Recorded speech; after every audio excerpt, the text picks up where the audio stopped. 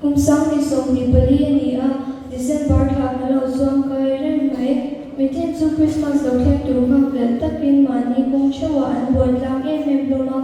ai zola thong na dor nei chaber pushwa ye adora so kwisi chu an dora so an bo em maya pushwa vena kan ko lo khen thar chu mo ye mai to ni ye amoi khop me e ro lu inan pangin jina kamis na ramzawa kila kamis te ke mo tu sin la ro engzat na me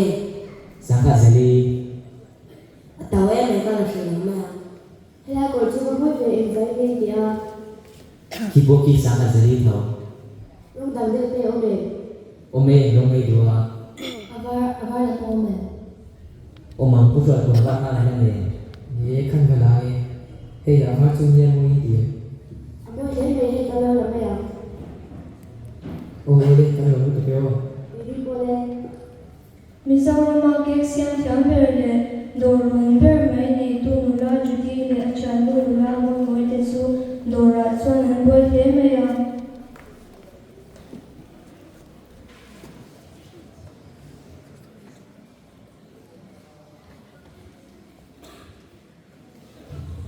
tunai su order tam ne ma ya Nga New Year do na pizza order tam ne ha. e khala le mu do u Englam tengen zona. he en ke ke ya avan tu pe le Hey chocolate cake na hey Oreo cake na. engzat man te ke chocolate cake hi sang khatanya oreo cake hi zera tanya Christmas offer tanya de sei kan la pe ap chau oreo cake hi kan la la le hey oh kan lo mu tu ke baby bole mitin mai chuan Christmas a sa pui cha e lo lawin sa zona lam an pan sung sung a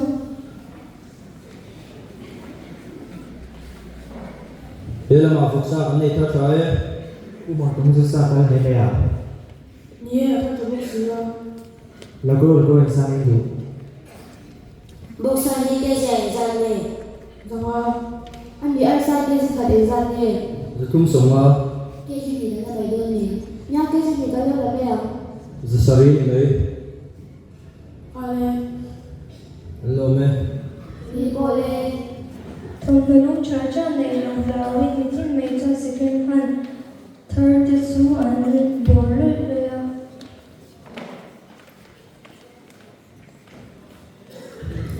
he na ma to me na ba me u. helai ni ye bo tu engzat na ni sa ni man nya pa ni lo so kan lo do mu chu helai ke ko ri avan mo ve engzat na me ya Zum zum ma ni khala le me u. kan le do ni ya lo khoi ka lo pek sa kam chu kha kan lo mu tu ke o ni bole Christmas alo thlen do ni chuan mani in le bia kin te kholai nu lai te chu che moi lo lawin Christmas decoration do te su an lo hle a kumi tu Christmas tree lo ni le me ya Ni e he decoration la to to la sin cha ma pe ma. lo mo dru e len do ve a Christmas tree hi engzat na nge ala ber hi si khat anya ala mo hi sang ko anya ate ber hi sang anya in decoration la hi engzat na nge Abar hi ja so ma ya ar se ni cha pe nya. decoration la ka lo la o Ale ka o ke lo me o. te hi bole Hei không môi le cha Christmas this event nei na mun te su a lo ne me maya hei không môi le cha nei lo lawin dor tin mai su a lo ne me maya The special za ti kha lo ke ko te. La ya la ke la. Ya ka mo ye se za ti ko lo ke kha lo ni bu sia. E la lu e lu. special hi engzat na nge Sang thum za ga. ataw e mai ka la shi lo ma Ila pe ko tu ko mo ve anxiety ti a. Sang hi za ma sai se la me ya. Nang hi chu kan do sa te wa 20% ka lo discount chu. avan lo bon ve hi ka lo la o Kan pe ko ti hi a cha ya kha le. Kan lo me te hi bole hun puya i chuan chu kwa le chan hawa thil tui tak tak e ho te hi anon china le noi dor te su an lo ne me ma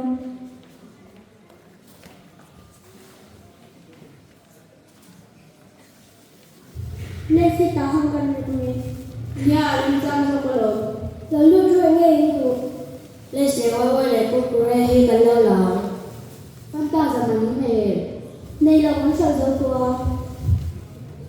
anh ấy cho lên xe quay hi bảo hạt về cần lâu lắm đến mẹ Ôi khăn giáo ở đầu này cái gì cô lên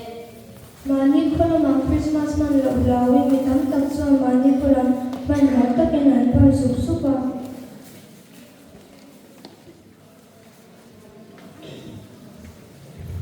Siapa sih mau buka baju ni mereka buka baju ni kamu ini kan tidur kita dulu kan oleh nắng như chuyến hàng trước khi là mang lên cầu đô nào sampai akan kau saudara Christmas bằng tuổi không oh nie nằm đây nhìn mang đơn nha nanti boleh Kung pilay te ani buka na te school te so talaw ni tabuka siya nawa hun ano. Kung man hau tuin siya lang ang takun nga tagtakakay tuin ani buwas ay sup supa. Jadi orang cakap hadir kenapa bagi kamu nia dù nằm cái bộ theo bảo hà đi là của mình chú chọn cái này hơi đâu à được con cần leo xuống để thế này nia cần chọn hai em có gì nắng như chuyến hàng trước khi cầu đô nào chọn tên thì xia cần chọn hơi bên cần hành lên của bên tiếng này khơi à rồi ấy căng là mà nằm đây mình thằng lên lâu bye bye ô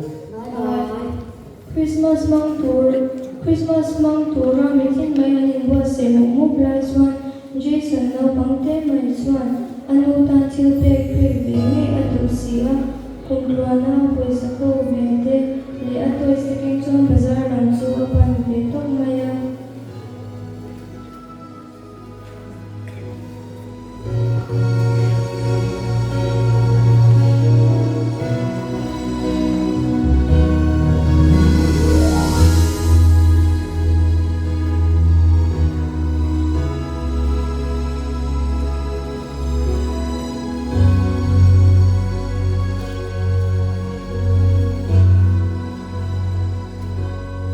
Amin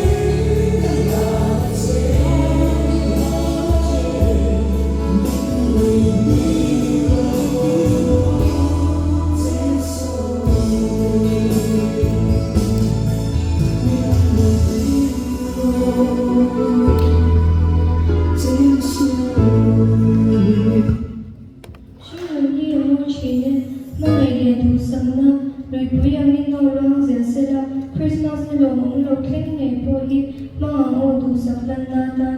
Christmas le kung thar le me lo taka hung tuin ke ni ko kaden no hung sa du sang sang pe kan han sau kan lo me ole hi zanina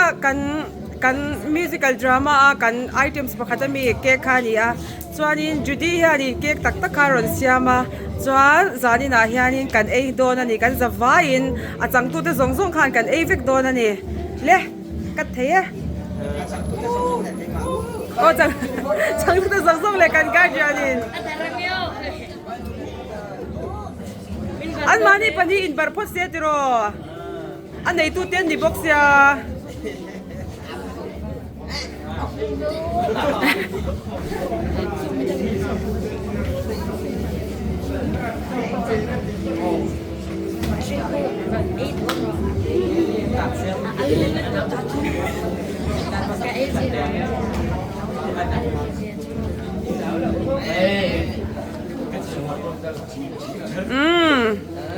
cake zwar tu te pani ole tikhanin kan katanga chuanin kan zawa yan kan ei don ani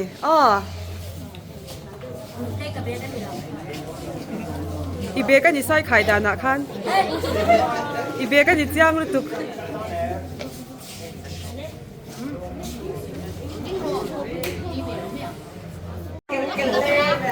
local zel ro le tikhan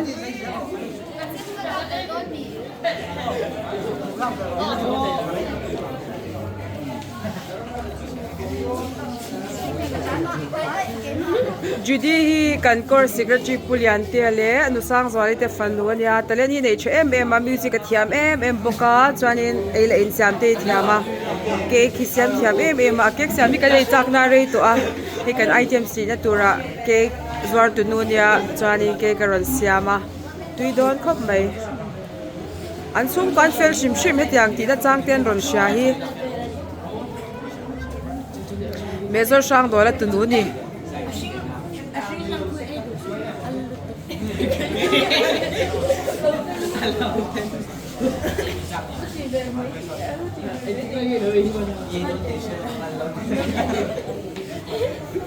zanina drama chang thiam khop mai zantin kan chang mai don mani kum thar ma chu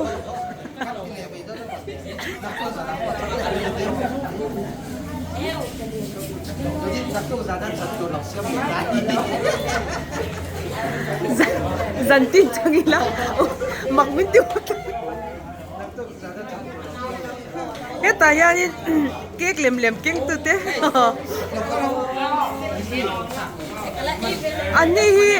anni leng tura min ni kha leng kho thong hau khan ya kan drama leng kho thong hau kha mezori no mate in ko ta in nga khom kha min lia ve ka in siam lai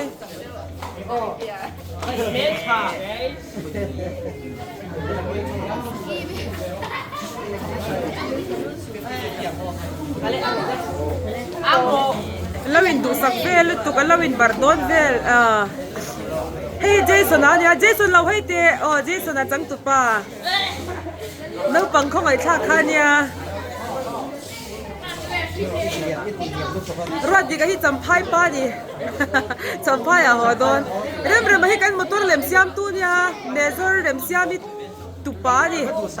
hey mon sanga sazuar tu pa sazuar ho gan ron in le tu ko sasat tu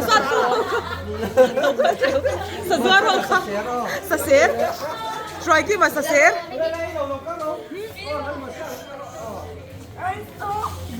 try ki mi no in khom em inu han mu se thatura nia o hei mi di pu shwai le pu pi si ten ni ani no pang khong ai thak tak mai lo a thona kor lo pe tu ta khan ni shwai hi dam lo hei ven from nen te ron kala fel khop mai voin chuna po in khom thei lawa ma ron chu kan item sangai po ma ron in khom theya nuam kan ti khop mai Joseph ka higher grade ani lo mi nge evia